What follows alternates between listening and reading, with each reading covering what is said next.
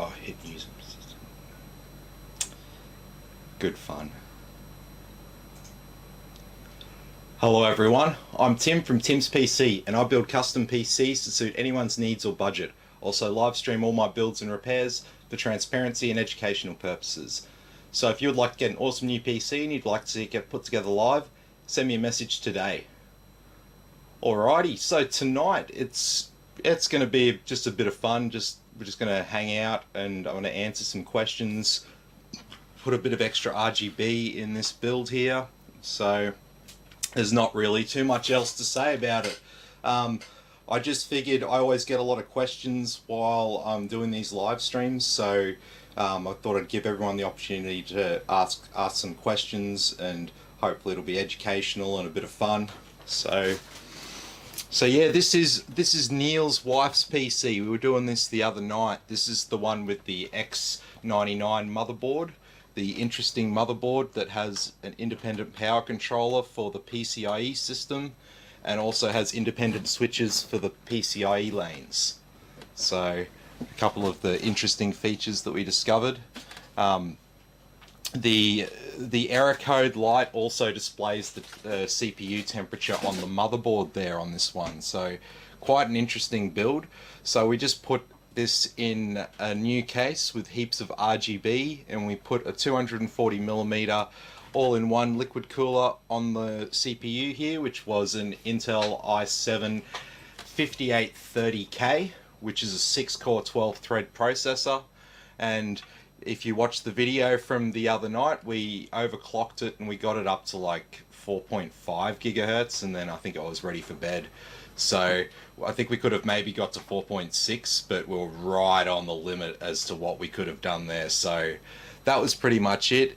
So we installed some RGB strips, but I just wasn't happy with it. So we're going to install two more here. So these are deep cool 5-volt ARGB strips. So they'll work nicely. So we're going to daisy chain them in with some of the other RGB that's already on here. And so in the PC, we've got this Cooler Master RGB controller. So we can adjust all of the RGB on this little box here. It's independent from the motherboard because this motherboard doesn't have RGB headers. So we can't actually use the motherboard to control the RGB lighting. But we can use this nice little magnetic unit that just sticks on there magnetically, and you can change the modes to whatever you want. And so we've got, like I said, we've got a couple of deep cool 5-volt ARGB strips. These are 200mm strips, and so what we can do, we've got a 12-volt RGB strip up there, and I want to put these two up here. So up this lip and along that lip there, along the bottom, and it will just give the case a bit of extra ambient glow. So one of the things you got to remember with these strips is they are directional, so we need to be running the power in the right direction. There's actually a nice little arrow on these. Not all brands have that, so sometimes you might hook these up and you might go, oh, it doesn't work, but then if you change the cable orientation around the other way, you'll find that it does work. So it's very rare that you'll find that these don't work. Maybe sometimes you could get one of the lights just doesn't work or doesn't work properly, but it's very rare to get like a whole line of these that are bad, because they make them in big long coils, and these are like cut up small little sections of it, pre-wired, ready for you to just like wire into the case. So keeping that in mind, the directional nature of these wires, we'll make sure that we run them correctly. So I've got an arrow that way and an arrow that way, so we can hook them up like this, and so they're chained together. And so we just need to make sure that we are hooking this end up to power, not trying to hook it up the other way around. So this end here, this is to, if we wanted to hook up another RGB device that was compatible with that connection, we could hook it onto this, and this will just be an extra cable that'll sit there. So we're just going to run this. It's got a bit of stripping on the back. Are these ones magnetic as well? They are magnetic as well. So the good thing about mounting these behind the lip like this, actually, I'm just going to think about this because I need to orientate it so I can run that cable, and I need to get it to around to that box. That's why I've got these here. So this one here is an extension.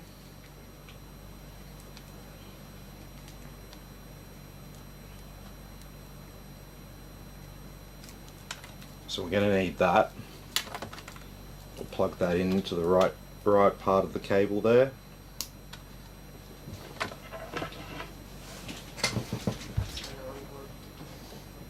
Everyone's being a bit quiet.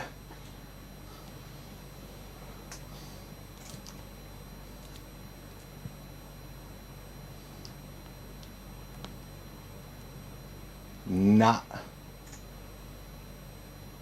Ah, it's not fun. Oh well, we'll see what goes on. The fact that it doesn't have a PC build in the title, I don't know. People aren't seeing it. Which is boring. Yeah, I know. Okay. So don't have an I/O shield. It's actually really easy to feed this through. For safety. Brad's chimed in. Hey Brad, how you going?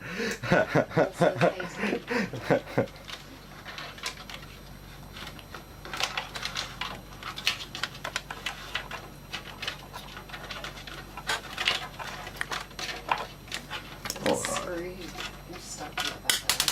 Yeah, that's all right.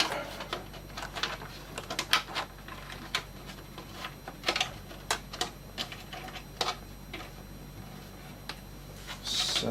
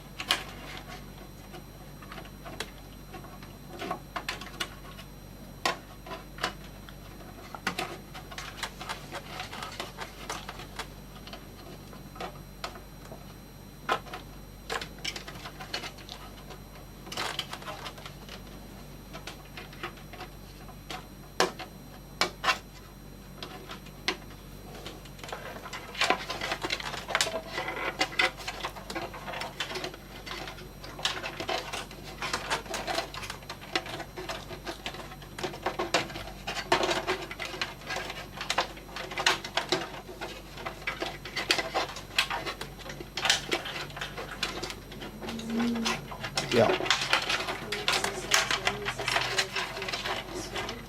No, this is a different one from the other night. This is an old PC in a new case. It's like an old high-end PC that we've just breathed a bit of new life into. Tim? Yeah? I see another question. Okay, Tim, I have a question. What's the sweet spot for RAM? I see some people at 40 gigabytes of RAM, but can a PC actually use at 40 gigs? Well, or is the rest just based? well, it depends what you're doing with your computer. If you're gaming, I would say that 40 gigabytes is probably a waste. I think there's maybe a handful of games that might be able to utilize a lot of RAM, but they're very obscure. They're not like the normal games that normal people play. So basically the general advice is between 16 and 32 gigabytes of RAM for gaming. Most games don't utilize more than about 20. By having more RAM, sometimes you can make the system sort of utilize a little bit more just because it's there, but it's just incremental increases. It's not like if you put 64 gigabytes of RAM in a computer, it's not like you're going to get like extra gaming performance. You'd only do that if you wanted to future-proof yourself, or if you had some video editing workloads that could make use of a bit more RAM, or if you were doing some sort of CAD work or 3D modeling work that could make use of extra RAM in various operations. That's the only time it really makes sense. These days, like if you get 32 gigabytes, that's going to be plenty for pretty much any normal user. Even if you want to do video editing and stuff like that, if you're just a home user, it's going to be fine. Like even professionals, a lot of them are just using 32 these days. Some will get 64, but it's an extra expense, and in general, it's not needed. So you can get extra RAM, but like unless you have an application that needs that much RAM, you're probably not going to get the benefit from it. You'll get benefit from having dual channel RAM as opposed to single channel. You'll get a benefit from having lower latency RAM and faster RAM, combination of fast and low latency. But yeah, you won't get like massive performance from having that extra RAM there. Like one thing that's noticed is like, say Windows 10, for example, if you put more memory into Windows 10, it'll end up using more memory, sort of based on how much is installed. So there's that kind of relationship there, but once you get to about 32, there's not really that much more incremental improvement there with something like Windows 10. So it all depends on the application. So it might be worth upgrading in the future to 32 if a few games I start to play once 15. Yeah, so basically, yeah, that's exactly right. So if you're finding in some of the games that you're playing at the resolutions and settings that you like to play at, that you're starting to utilize like 15 gigabytes of RAM, that's when you look at it and go, yeah, let's get another stick. Let's put another 8 gigabytes or 16 gigabytes. I mean, memory normally comes in sets of 2, so you just get 2 of the same that was in your build. So I think you have the Aorus 3200 CL16 RGB sticks in your build, if I'm remembering right. They all kind of blur together to me. But if that's the memory, they're $129 for a set, and you can easily just install another 2 of the same because you've got four memory slots there, so no issues. So, but that's the only time you'd need to do it. Like, look at your RAM usage while you're gaming and in the games that you play, and only if you see it starting to come up to your capacity, that's when you go, oh, okay, maybe I'd get a benefit from it. But it's probably only going to give you a small benefit. Like, I think Shadow of the Tomb Raider, I've seen that get to like 17, 18 gig. But yeah, like it's not getting anywhere near using 32. Same with like Red Dead Redemption. These games generally use a bit of RAM. So... oh, my drink's done. Alright, so...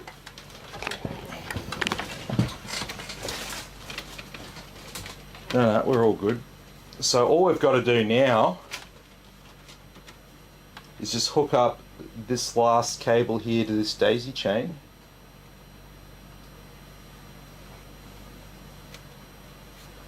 And we should be in business.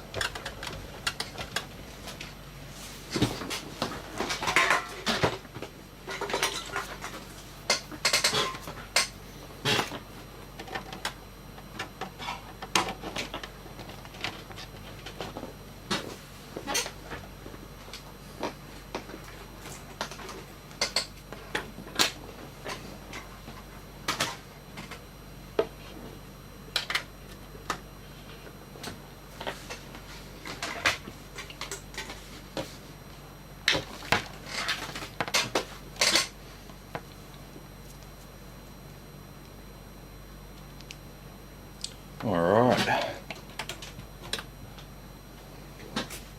You want to do the honours?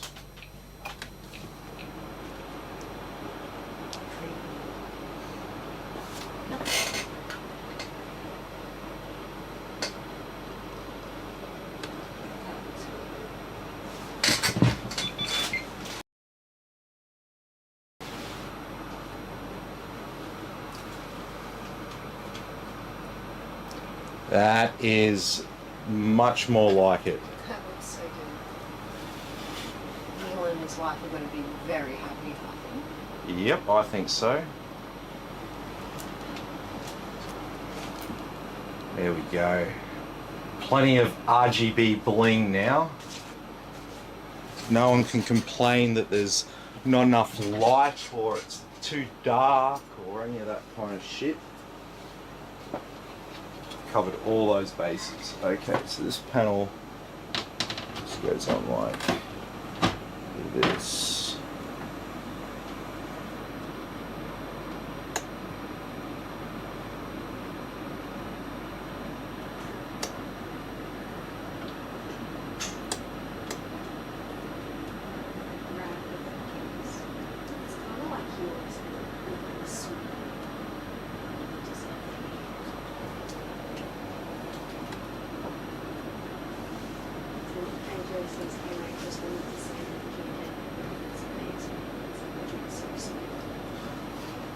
Oh, thanks, AJ.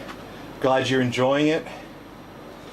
After we worked out what the issue was with the RGB, we got there. Those cables just don't like staying plugged in sometimes.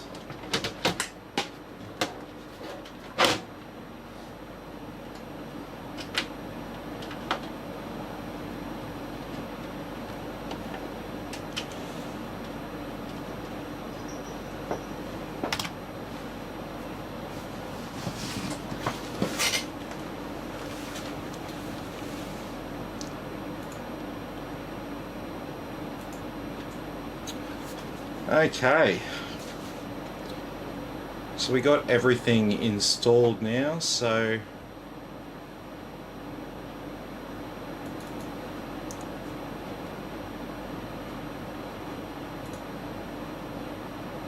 there's a couple of little things I got to do. I'm going to fix that issue with Reaver Tuner quickly.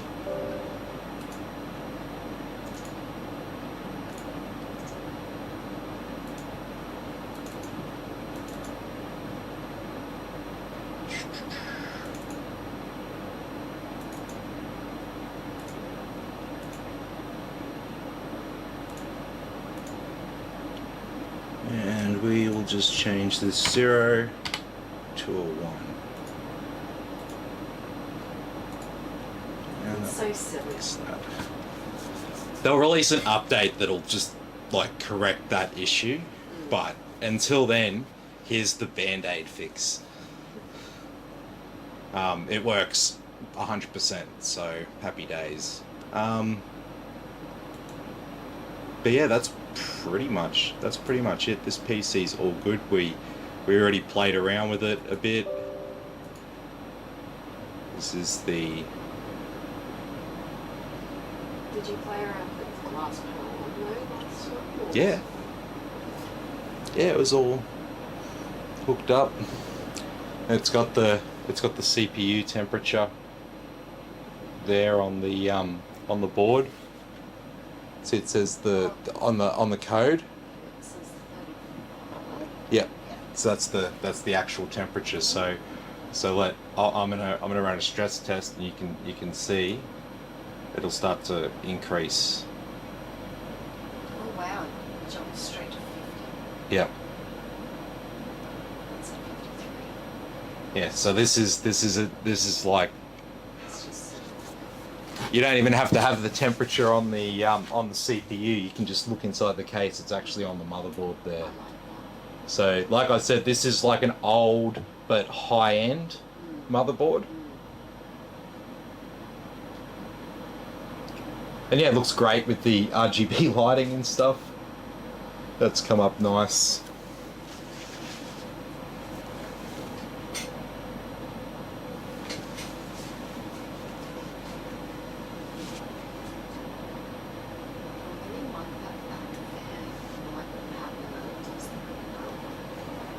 Yeah, I don't think people are gonna be able to see that properly in the photos.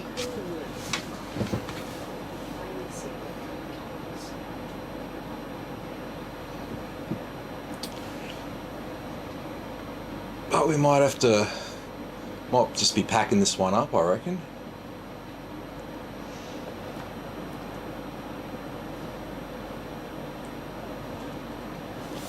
And yeah, Nick's pretty much right there. Like anything over 16 gigabytes really is overkill, because like in my experience, there's only a few games that can really utilize that. People go 32 for like future proofing, and if they want a system that can just do anything and just be good at whatever they want to throw at it for years to come, they might go 64 and just be done with it, right? That's the mentality there. But like it's a lot more expensive to go from 32 to 64 than it is from 16 to 32. So consider what it means, because like in general, I would say to someone, why would you spend that much money on the memory when you could be spending more on your monitor? So, you know, the monitor's going to give you a big portion of your experience. So spend as much money on the monitor that you can. Yeah, yeah. That's why people are silly to get to like want the 5950X for a gaming PC, because you're just spending too much on the CPU. You don't need it. Like, all right, let's have a look.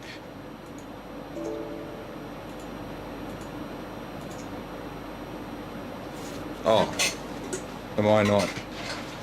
I'm not connected to a network. I better plug into the local network.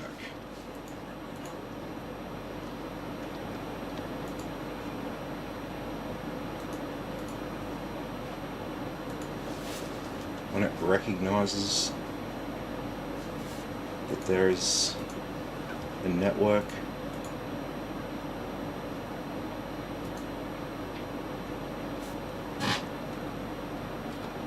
Hello?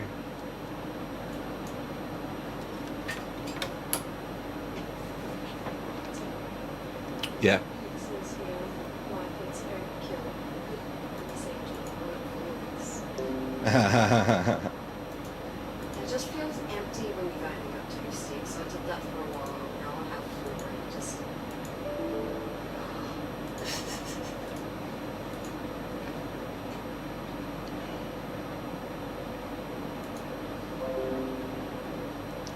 Okay.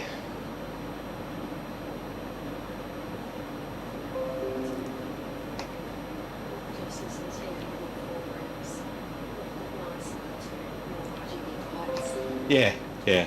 Just sort of fills that spot. Anyway, so we're going to access one of the other computers.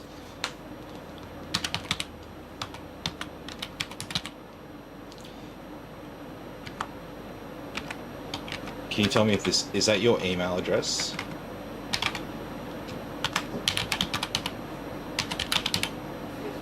It's just 90.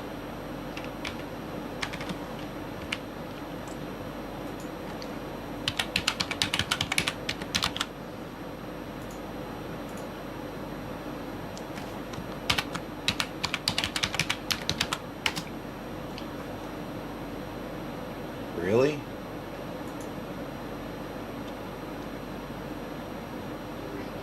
I don't know my email address.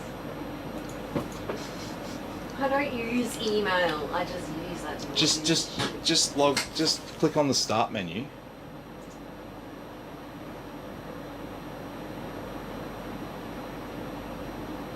Click on the user icon. It's at the top of those lists. Oh, it is.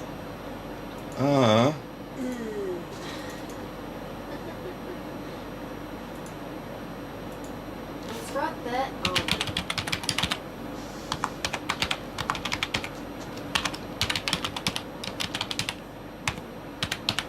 Why are you using mine? Anyway, you do it.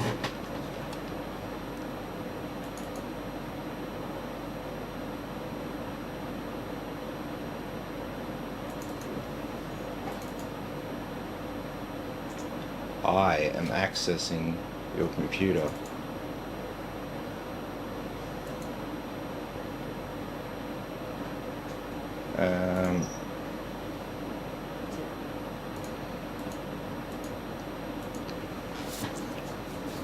Yeah.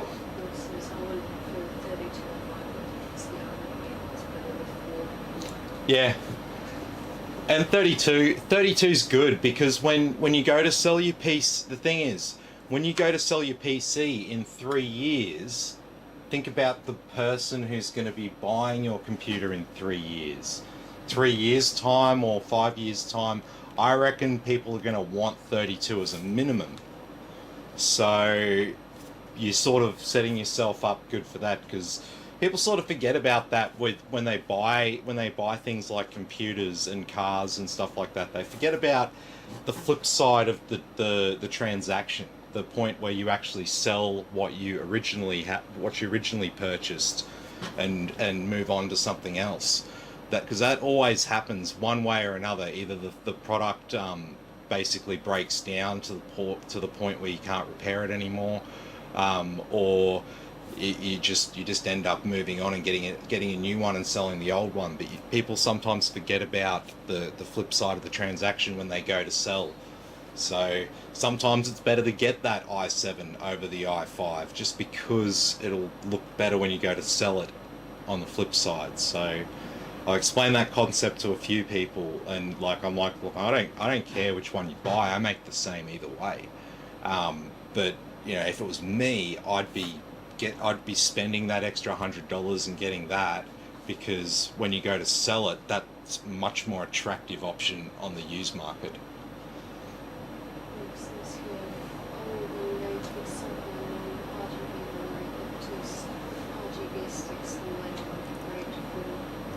Yeah, I'll let you know, Nick.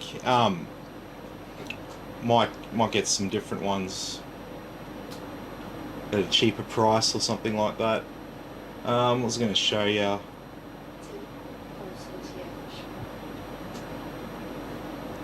Yes, I was going to show you.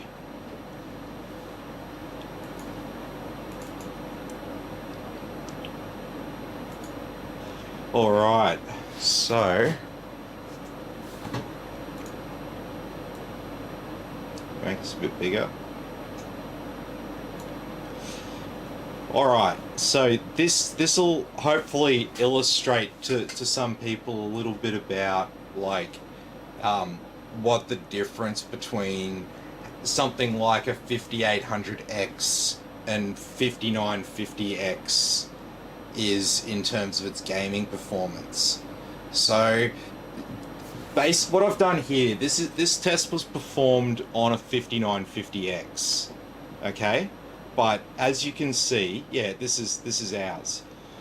So as you can see here, see it says 16 threads. I've got this set up where it's disabled its multi-threading. So it's got 16 cores, and it's only gonna have 16 threads. So it's basically going to be functioning pretty similar to a 5800X, which is 8 cores, 16 threads. Just done this for a quick comparison. But have a look at the single thread score, 649, right?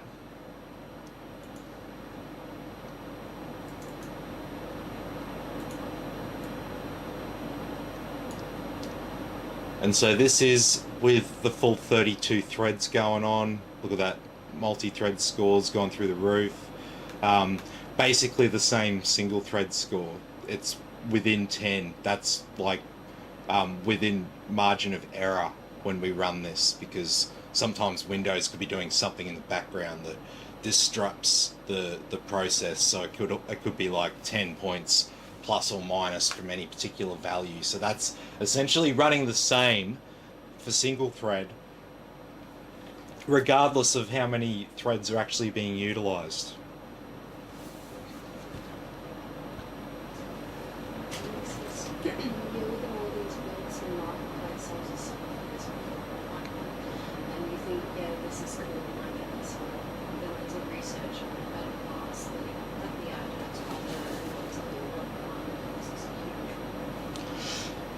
Oh yeah, there's always Yeah, there's people like who like build PCs and then they put them on marketplace for sale, and they just wait for people to come through and buy them. So that can be pretty interesting. But they never normally represent good value. And it's like if you're gonna spend money on a PC, you may as well get what you want. So yeah, that's why like I do what I do. We build all custom ones, so the person who's buying it gets exactly what they want. Who am I to tell you what PC you should get? Like parts wise, I'll tell you what parts I think is good for what you want to do and stuff. But who am I to tell you what case you should get, what RGB lighting you should get, what, you know, how good a graphics card do I need? What kind of experience do you want? Do you want the absolute best? Or do you just want like a good experience? Are you aiming to be the world's #1 player, or I don't know. You don't want to spend too much for no reason, and you don't want to spend not enough thinking that you're saving money but actually getting more ripped off. And unfortunately that happens all the time.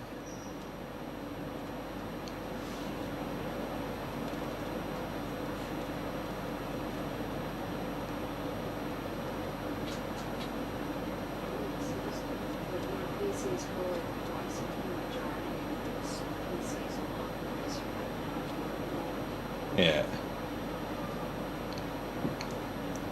Yeah, like I don't usually look at built PCs, like not new ones and stuff on marketplace. I'm mainly looking at like older ones.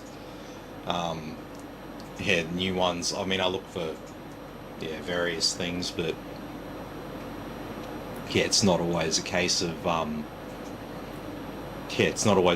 looking at new computers. It's generally I see them there, and I'm like, yeah, I can definitely build something cheaper than that with better specs and better parts usually. So, but hey, people do it.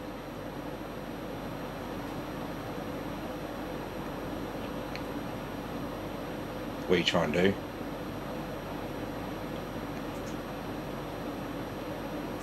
Oh, here he is. Here he is. Make it bigger.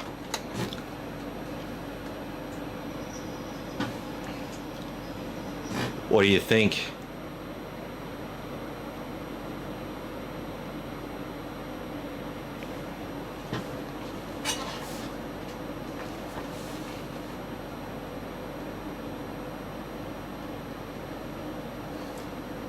Yeah, Nick, drop the specs. Everyone, you spoke a lot about it. Let everyone know.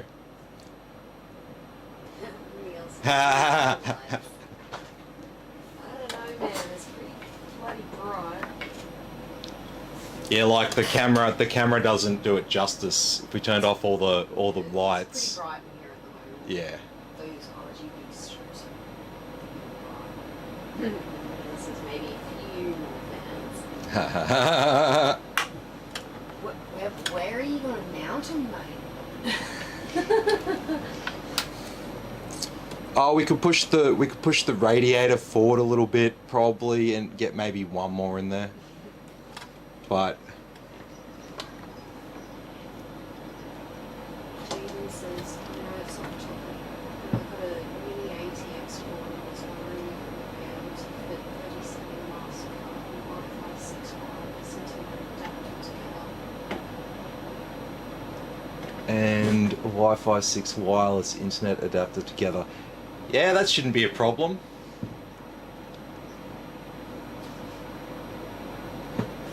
Yeah, I knew you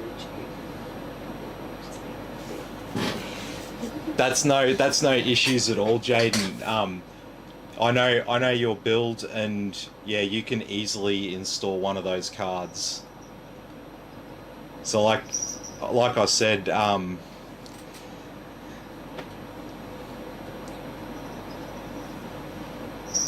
Yeah, yeah, you'll be able to fit both of them. I would say, if you think that you won't be able to fit both of them, because I'm pretty sure. So a 3070. Did you say a 3070 Master? Yeah. So one of these.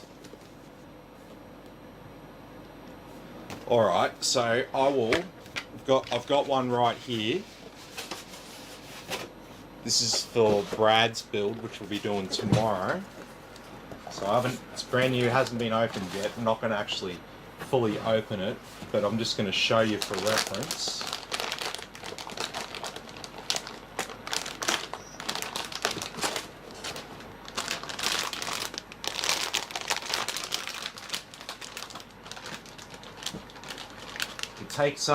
It only has 2 slots at the back, but it takes up 3 slots worth of space.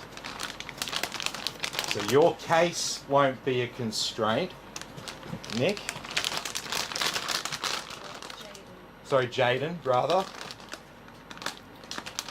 So just count the slots. Count the spaces on the back of the case. The panels that are on there. Do you have 3 slots worth of space and then an available PCIe slot? If the answer is yes, you've got a bottom slot that would be there. You'll be able to run it.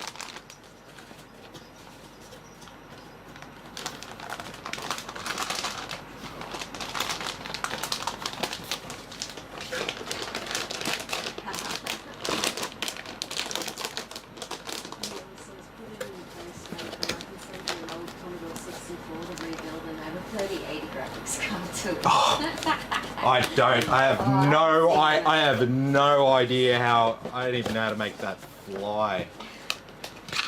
Maybe some crazy chain of like adapters.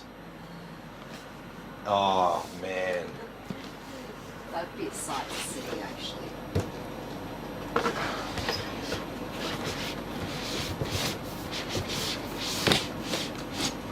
Jaden says, yeah, you should just fit when it touches the fans, the Wi-Fi card. No, it should be fine.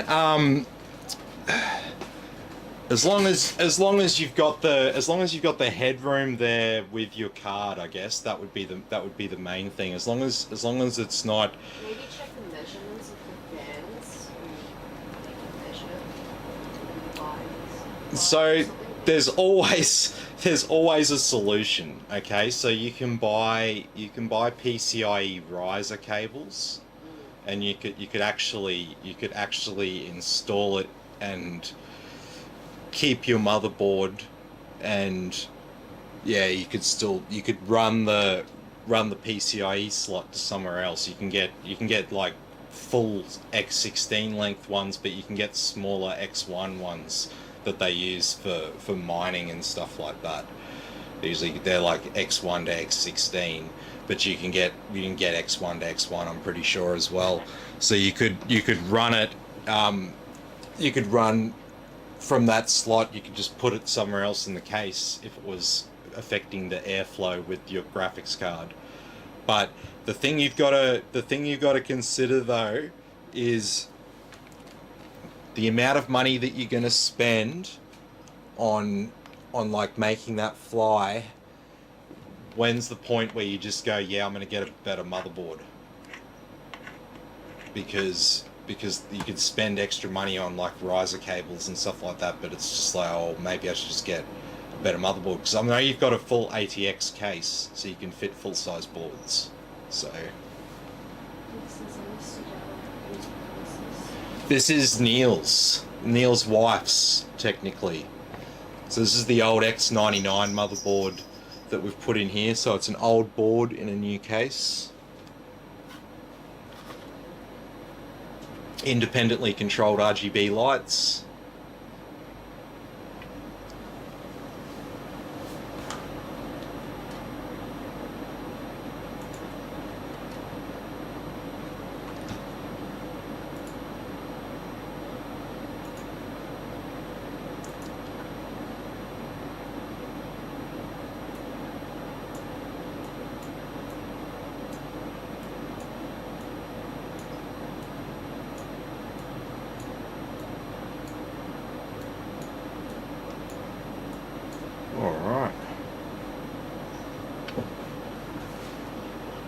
That's all pretty much sorted. This is ready to just get packed up. So I'll pack up the internals of this case with anti-static foam and we'll send it back to Nick. Sorry, Neil.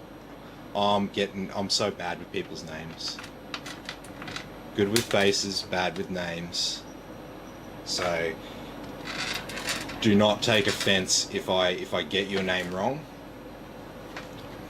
I know who I'm talking about. At least you know. Yeah, exactly. That's all that matters.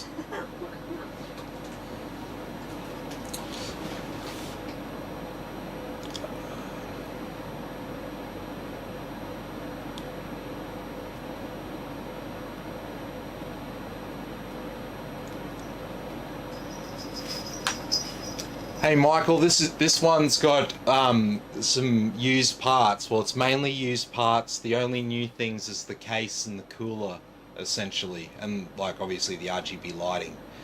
So this is an old X99 motherboard with a 5820K, which is a i7 6-core 12 thread.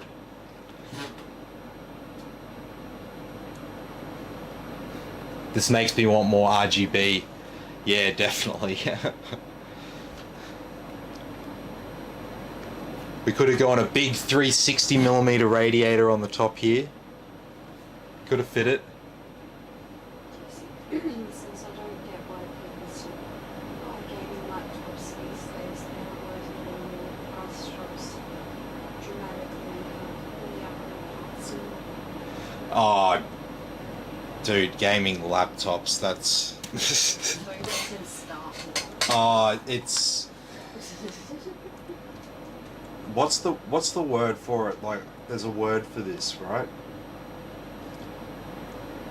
Like, it's like a contradiction of terms, right?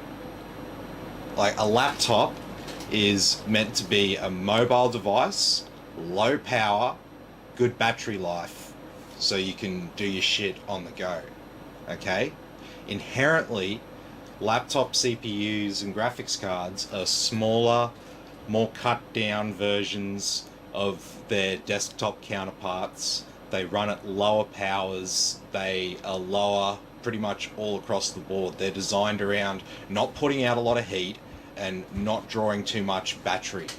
So basically, if you buy a gaming laptop, they market them with the same brands that they use in desktops, but it's not the same. When you buy an i9 laptop, it is not the same as an i9 desktop. They are two totally different products. You can look at that. You just have to look at the benchmarks. Just compare the CPUs and stuff like that. And you'll get to see what I mean. Ah, Jesus Christ! Ow! Blood everywhere. Fucking cat. My wife just got fucked up from the cat. Unintentionally, but yeah.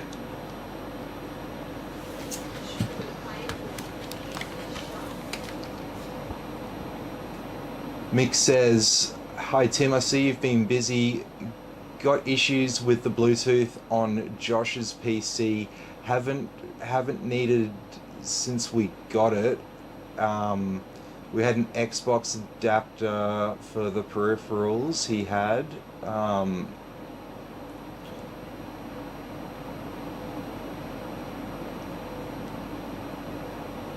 I can't see. My wife's just left the room, so I'll have to...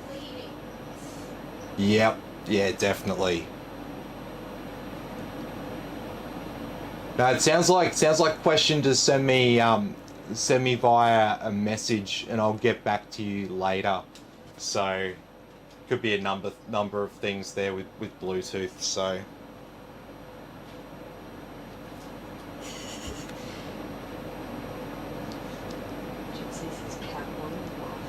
Yes. So Michael says, "Hi mate, I got a 77K and a GT 1070. Do you think that this will be okay for gamers for the next 2 years, or should I upgrade sooner?" So I'd probably... So you're in the Pascal generation with a 1070, 7700K. I would probably, if I was you, I'd hold out. If you could have got a 30 series graphics card at the price that they were at launch, or the price that they were meant to have been, I would have said, yeah, go ahead, definitely upgrade. But if you're happy with your performance right now, I would hold off until this graphics card situation starts to get a little bit better.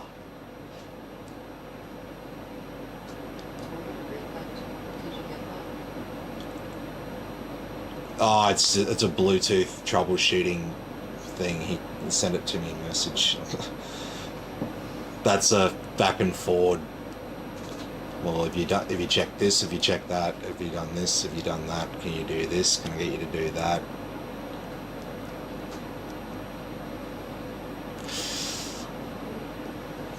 All right, Neil. Catch you later. And yeah, I'll post this off to you tomorrow. Yeah, Michael, it's pretty bad. Like, if you need a new PC now, like, I always get, what I do, I get people the best deal I can in the market at the time. So, you know, you always get the best deal that you can with me. But, like, yeah, if you can just wait a little bit until the supply situation gets better. But I don't know how long that's going to be. So, if you're unhappy with your performance, yeah, I mean, there's not really, that's the thing with a 1070, any sort of decent upgrade from a 1070 would be like, you know, a 3060 as a minimum. There's not really any other options there for you to upgrade. If you felt like maybe you needed an upgrade, you could maybe look at upgrading your CPU and motherboard, potentially, and maybe the memory, so you sort of, maybe power supply as well, so you're ready for that 30 series, that next generation upgrade on your graphics card.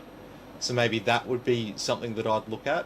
I build a lot of PCs for people right now that, you know, they've got like tiny graphics cards, like 1650s in them, but there's like 750 watt power supplies and 32 gigs of RAM and decent CPUs and stuff like that.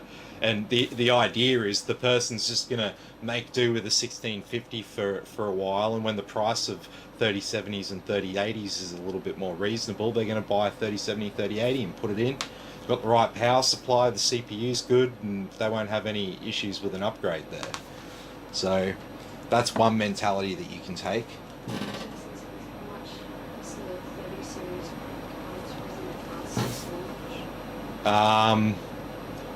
Okay, so basically the 3070 was meant to be $500 US, the 3080 was meant to be $800 US, and the 3090 was meant to be $1,500 US. They launched with the 3070 being about $800 US. The 3080 launched at about $1,200 US or $1,100 US, and the 3090 launched at about $2,000 US, just a bit over, and they've gone up since then. So yeah, Nick got a deal on that. 905 for a 3060 is good. Sorry, 3060 Ti, I should say. Because yeah, the 3060 Ti is basically a 3070 that wasn't quite good enough to be a 3070, so they made it a 3060 Ti. That's what 3060 Ti is. So just like a 3080 is just a 3090 that didn't quite make it. And that's part of the reason. That's part of the reason why you can get 3090 and 3070 and not 3080 and 3060 Ti, because they are made from the ones that aren't quite up to spec, and if they have some good runs, they're only going to make the top spec ones for that particular die. So, a little bit of a fun fact there. There's a lot of factors at the moment affecting graphics card availability and stuff like that, so it's not any one issue.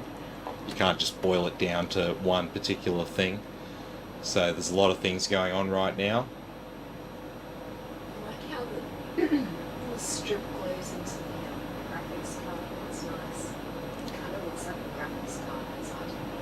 And yeah, Nick's right. The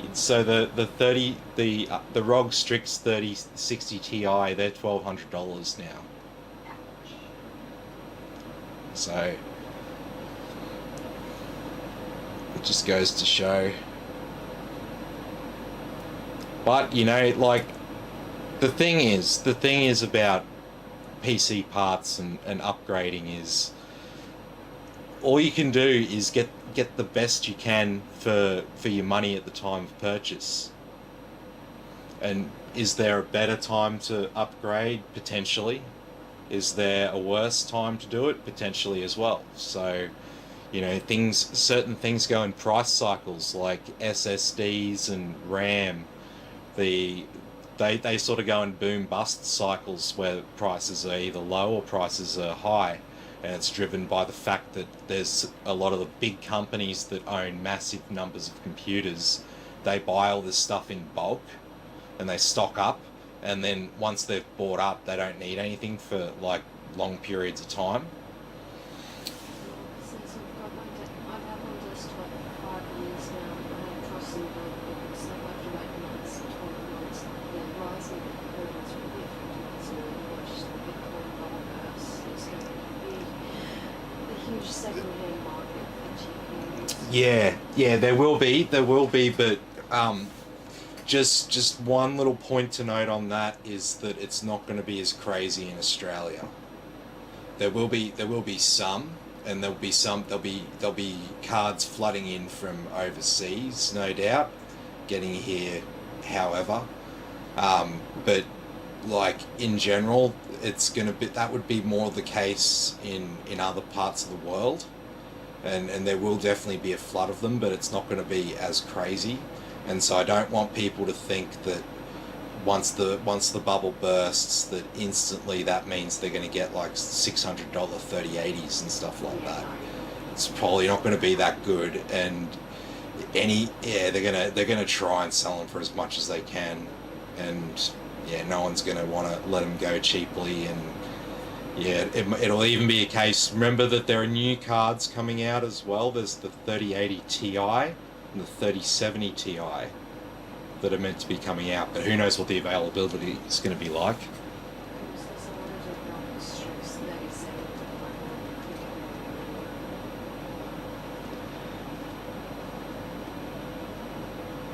Yeah, ROG Strix 3070.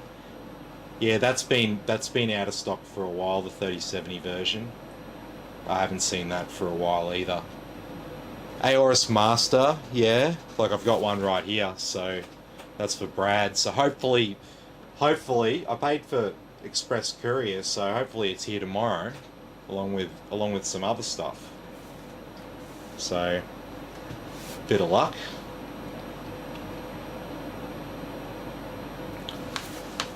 But no, I think that's pretty much it for this PC, so we can probably go ahead and shut this one down. And I could probably start packing it up.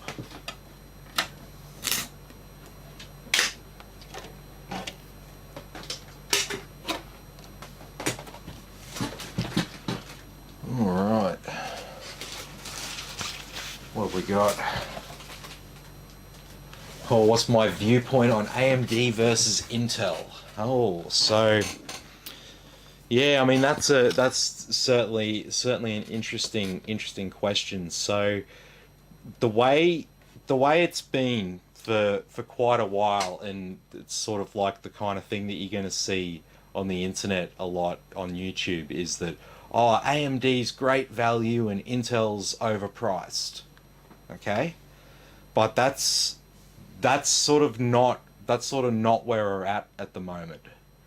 We've kind of come to a point, and now that I've unplugged this PC, I feel like I need to show you guys something that this question's been asked. So I'm actually going to plug it back in, and I'll show you exactly what I'm talking about.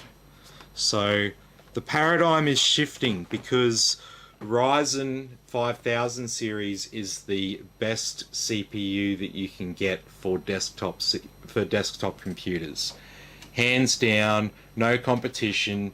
Intel's about to release their 11th generation of CPUs, but it's not going to make a difference at all. I've seen the early leaks on the performance of the Intel 11th gen. They've got nothing to answer Ryzen 5000 with. And as a result, the market is shifting. And I'm going to show you what I'm talking about.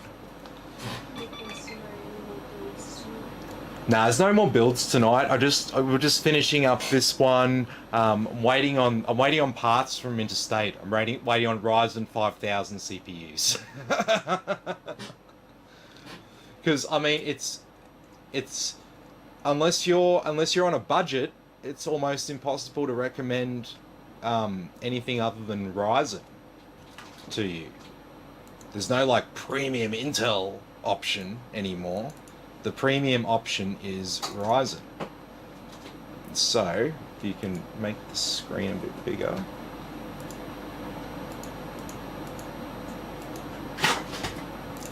Let's go to PC case here.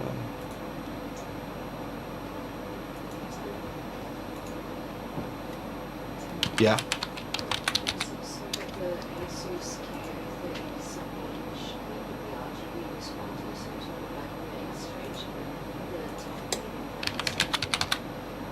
Ah, nice.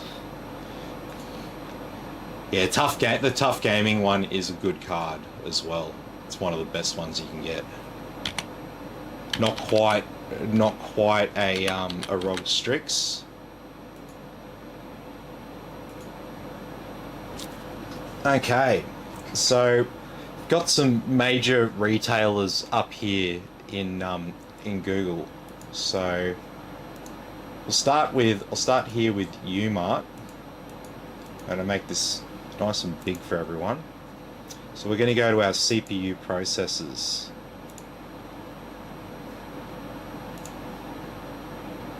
And what we're gonna do now is we're gonna sort them from low to high.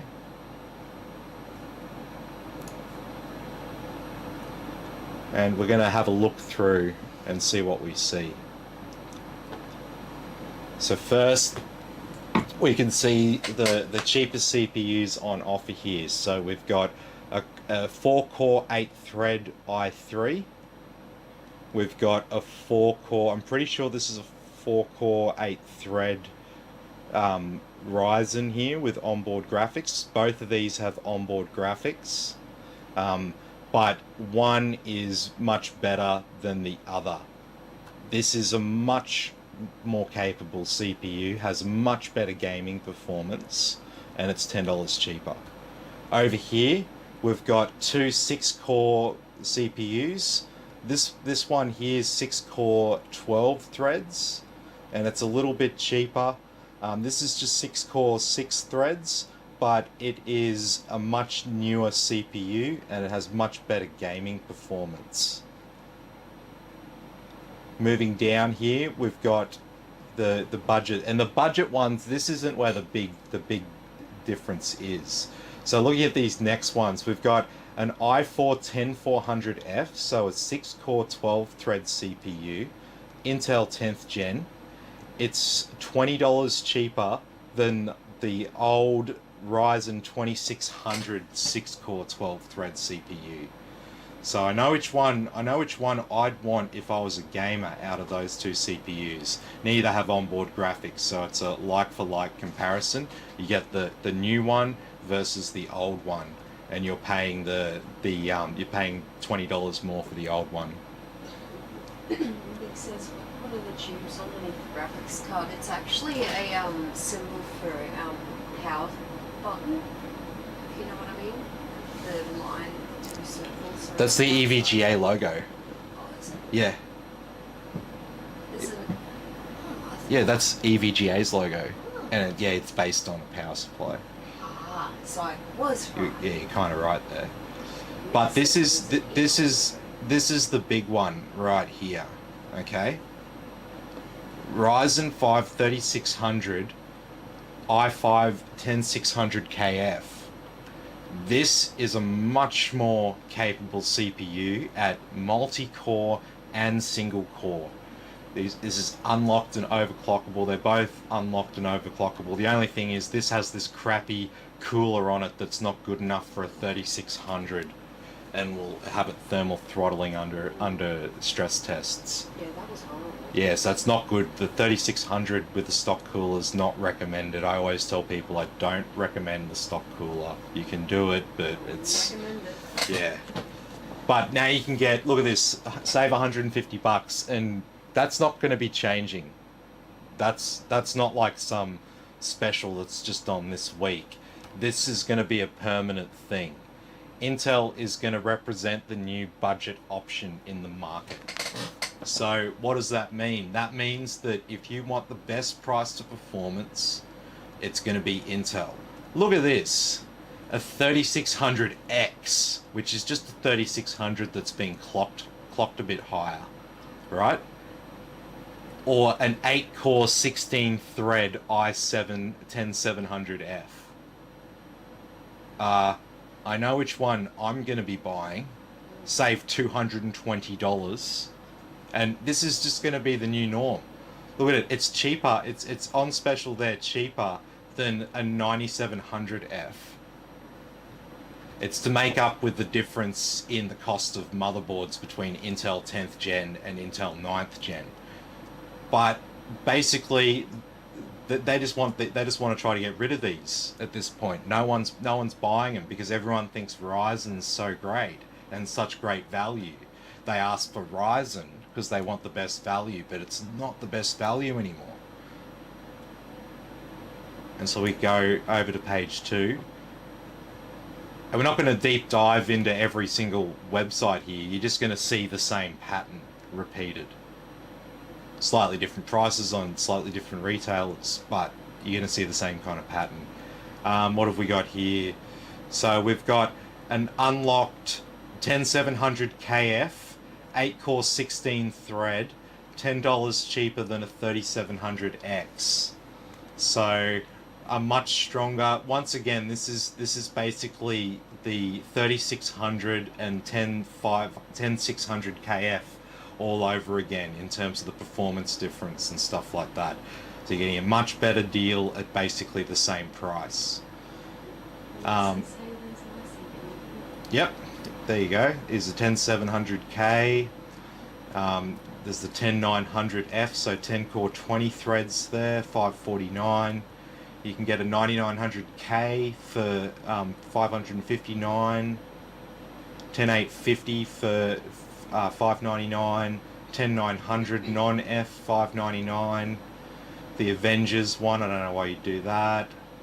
If you're a collector, I guess. 10900KF $649. But this, look at this, a 3800 XT $699, or a 10900K for $699. And if you look at, you get the KF if you're a gamer anyway, $649. So it's cheaper than a 3800 XT. You can have a 10900KF. And what's more expensive than that? Well, the 12-core 24-thread Ryzen 9 3900X. That's more aimed at productivity users than gamers. And of course, the most expensive one here, other than the Xeon and Threadripper SKUs, is the Ryzen 5800X at $735. And my opinion is it is worth $735. It's a solid multi-core performer. It's not quite as strong a multi-core as a 10900K, but if you're after a gaming CPU, that's what you get. If you're after multi-core, you either get the 10900K if you're into Intel, or if you want just a little bit more performance, you could go with the Ryzen 9 3900X. So there's a few different options there, like to compare with price to performance. It's very hard to compare CPUs if you don't understand the underlying performance between them and which ones are stronger and which ones are weaker. So it can make it very hard to shop for them. But what I'm saying here about the price performance is true. And if we move across, let's have a look at PC case gear. Are they going to let me see all of their CPUs together? No. About Computer Alliance, they will let me look at all their CPUs together. Alright. Okay, so they've got... Let's just go the in-stock items here. Price low to high. Okay, so as we can see here, we've got a 9400F and a 10400F, same price as we saw at Umart, both cheaper than the 2600, which is $10 cheaper here as well.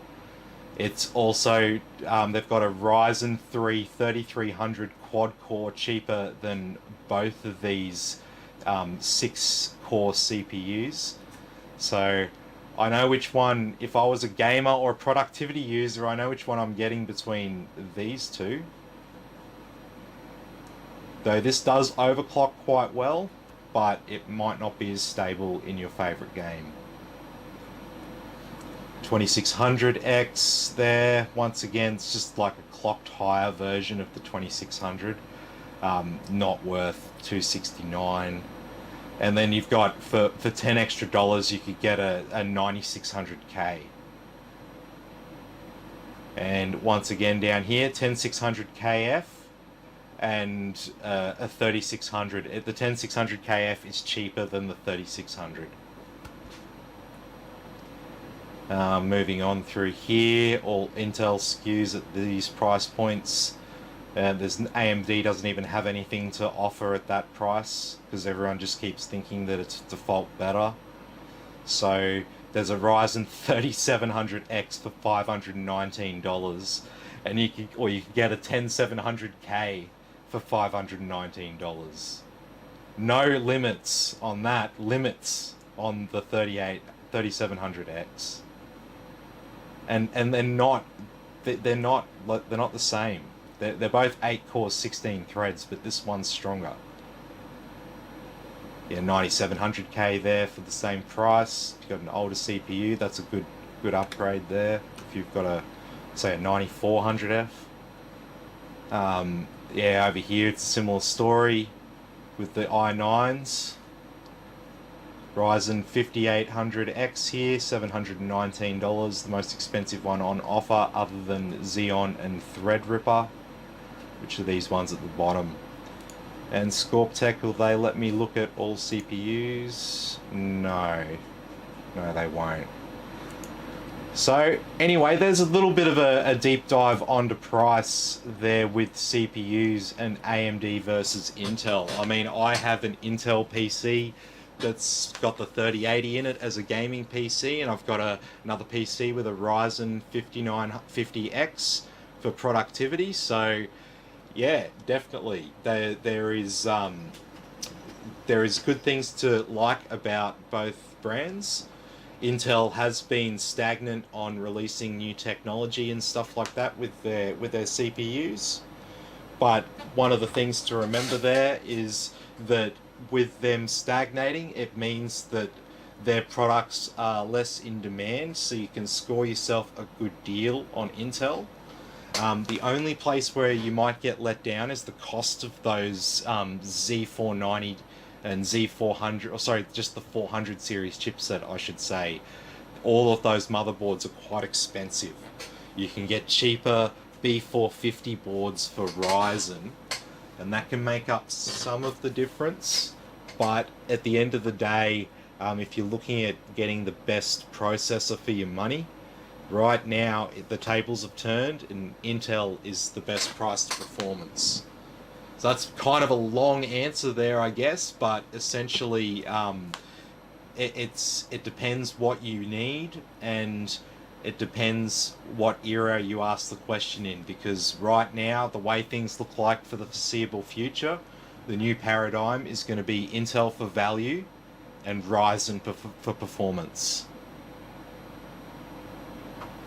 And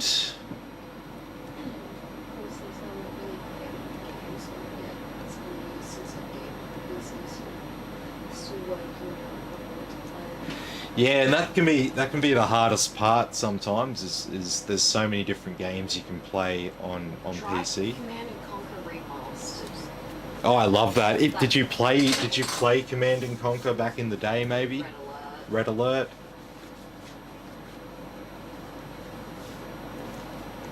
So there's a bit of a comparison there with what's going on with CPUs at the moment.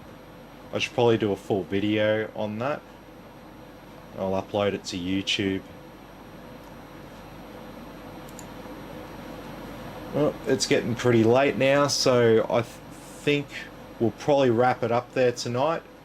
But yeah, like I said, if I get the deliveries of these Ryzen 5000 CPUs that I'm waiting on, we'll be able to do another build tomorrow and the next day, and hopefully a few more people. I've sent out a heap of invoices and a few people haven't paid, so I'm just waiting on a few people to pay before I go and order extra parts for their builds.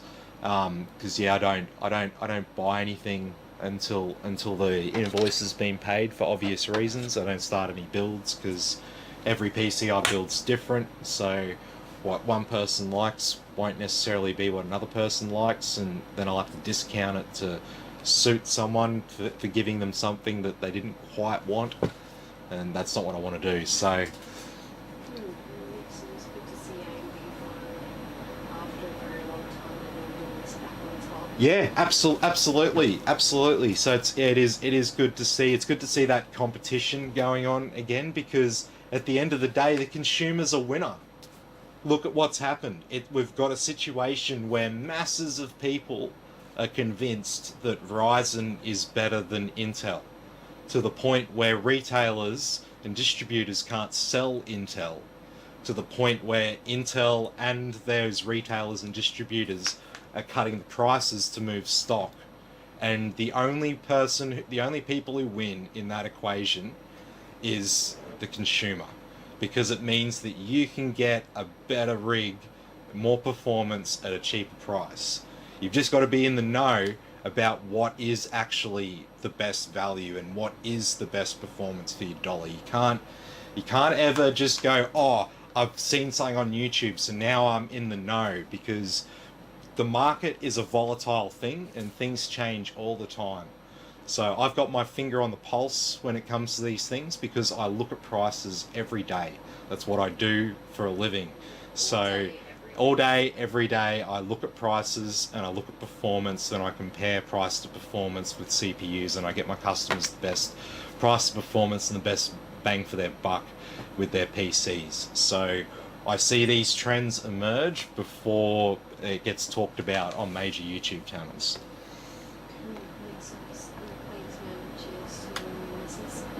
Yeah, no worries. Happy to do this. So if people like this, I might try and do this like on a Sunday night, or whatever night is like works out to be best for people, just to hang out, have a chat, ask some questions, and yeah, just whatever.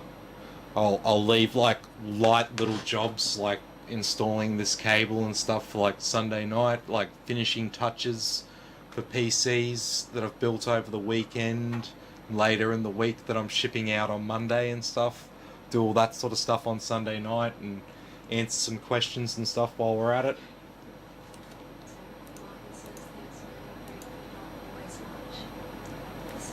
Cheers. No, that's great. Alright everyone, have a good night, and I'll see you all in the next video.